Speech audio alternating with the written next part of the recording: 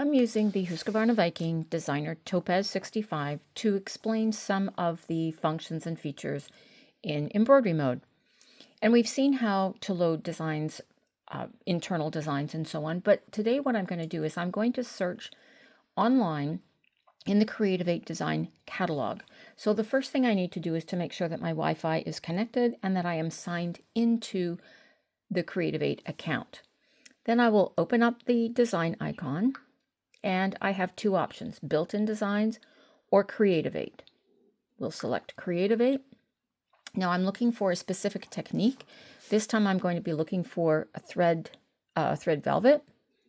So I will select the search box and start typing, and it has an autofill selection. So there is thread velvet. So rather than typing the whole thing in, I can select it. Now rather than sorting through everything, I will type in a width. We'll just close the keyboard. Close the keyboard, and we will type in a width, which will be 120, and the height, which will also be 120. And then I can sort by various categories here. So I'm going to do color block count. I know that the one that I'm doing has a lot of colors in it. So I'm going to scroll through. It should be pretty much at the end because it has, I think, 18 different colors in it. But this again is a good way. I can look online or I can search for it here and see what other designs are available. Now there's the start of some of those little Christmas ornaments that I was looking at.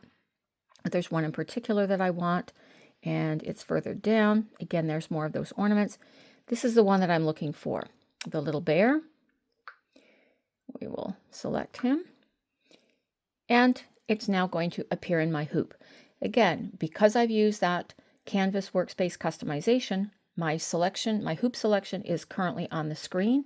If I wanted to get rid of it, I simply click the red X, or I can just move it out of the way if I want to see.